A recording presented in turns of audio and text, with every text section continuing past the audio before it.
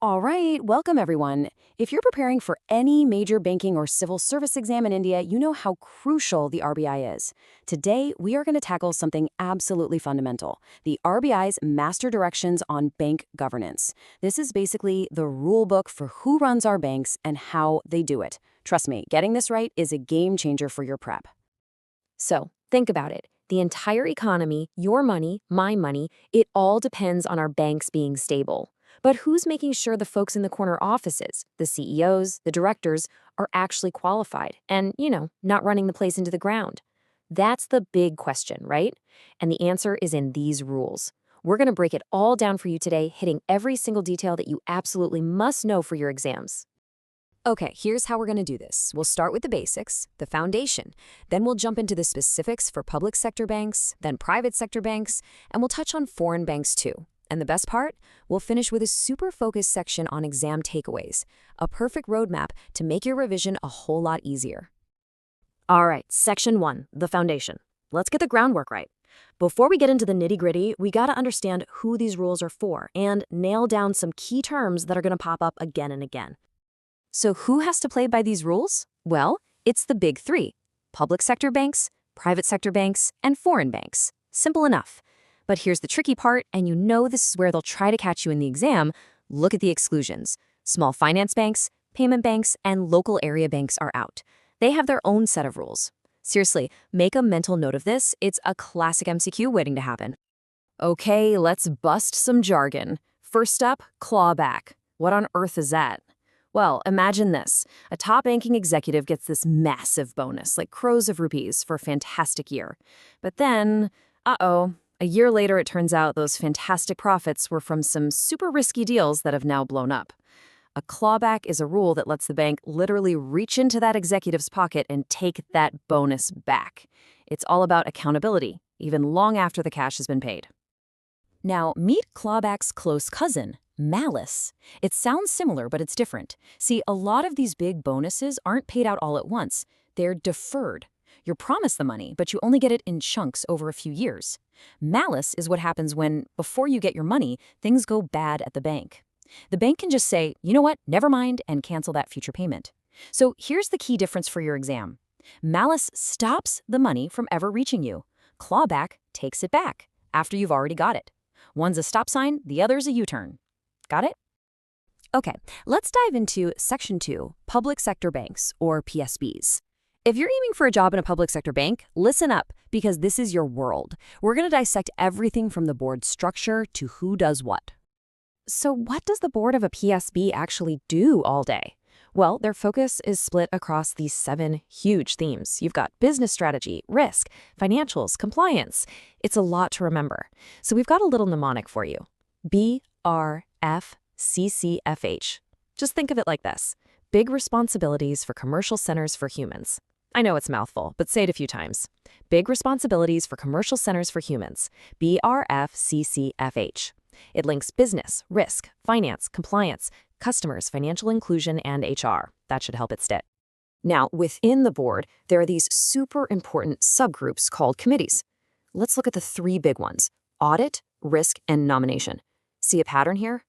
The chairperson for all 3 must be an independent director. That's huge. It's to make sure there's real, unbiased oversight. And dig a little deeper. The Audit Committee and the Nomination Committee are made up only of non-executive directors. Why? Well, it's to stop the managers from, marking their own homework. It's all about checks and balances. So, can just anyone become a director on a PSB board? Absolutely not. The fit and proper criteria are super strict. Let's hit the highlights for your exam. Age, you got to be between 35 and 67. Tenure, you can do a 3-year term and maybe one more, but that's it. A maximum of 6 years total. Education, you need to be a graduate at least. And this is a big one. You can't be a member of parliament or a state legislator. No active politicians allowed. These are pure data point questions you'll see.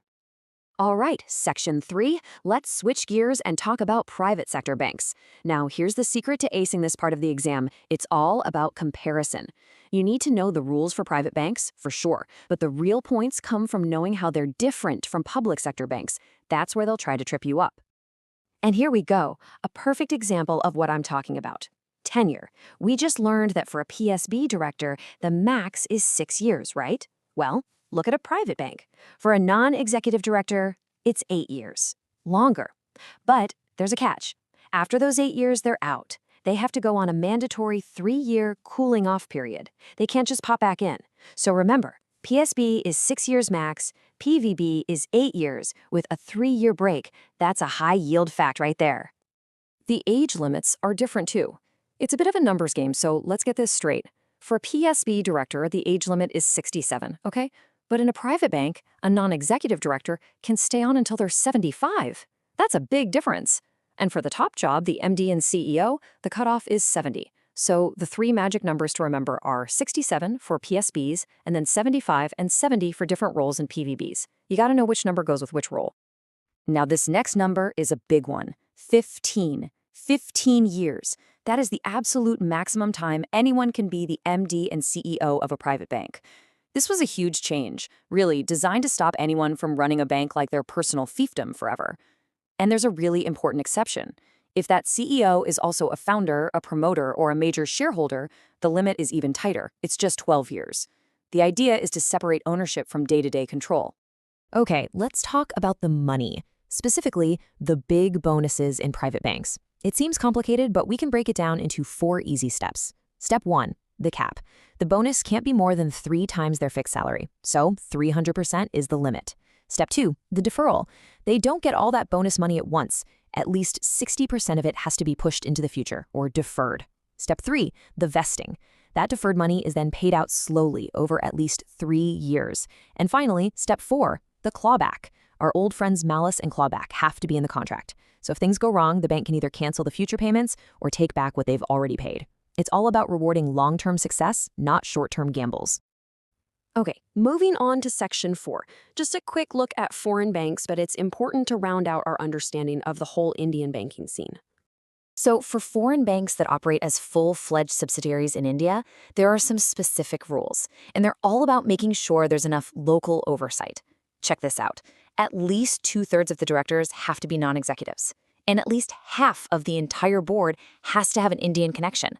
They've got to be Indian nationals, NRIs, or PIOs. The CEO also has to be a resident of India. Basically, the RBI is saying, if you want to operate here, you need to have people on your board who understand India and are accountable here. And here we are, Section 5. This is the moment you've been waiting for. We're going to boil everything we've talked about down into a few slides of pure high-yield exam takeaways. If there's anything you need to memorize, it's what's coming next. So yeah, you might want to get ready to take a screenshot. All right, let's rapid fire the key numbers on age and tenure. Ready? PSB director, age 35 to 67, max tenure 6 years. PVB non-executive director, max age 75, max tenure 8 years, followed by that 3-year cooling off period. PVB MDN CEO, max age 70, max tenure 15 years. And if they're a promoter CEO, that tenure drops to 12 years. Boom, those are your flashcard facts. Next up, committees. Here's the #1 rule to remember. For both PSBs and PVBs, the big 3 committees, audit, risk, nomination, have to be chaired by an independent director. Independence is the key word here. And for the audit committee, they're extra strict. Its members have to be only non-executive directors. The whole point is to have a group with no skin in the daily management game looking at the books. Okay, let's talk remuneration rules for private banks. Quick facts. The fixed salary for a non-executive director is capped at 30 lakhs a year. The bonus for a CEO is capped at 300% of their fixed pay. At least 60% of that bonus has to be deferred, and that deferral period has to be at least 3 years long. Oh, and guaranteed bonuses? Nope, not allowed. The only exception is a one-time sign-on bonus when they first join. And let's lock in those key definitions one last time. Clawback, taking back money that's already been paid. Malice, stopping a future payment before it happens. And don't forget substantial interest. That means holding more than 2 crore rupees worth or 10% of a company's capital. Whichever amount is less. That's a key detail. You know, when you step back from all these numbers and rules, it's really all about one thing. It's about building a banking system that people can trust. Good governance isn't just about ticking boxes, it's the foundation that makes everything else in the economy work. So, I'll leave you with this final thought. We've spent all this time talking about the rules for the people at the very top, but how does a rule about a CEO's tenure in Mumbai actually affect, say, a small farmer putting her savings into a rural branch? How do these standards build her trust? That connection, right there, is the entire point of good governance. It's something to think about as you continue your studies. That's all for today. Study hard and all the very best for your exams.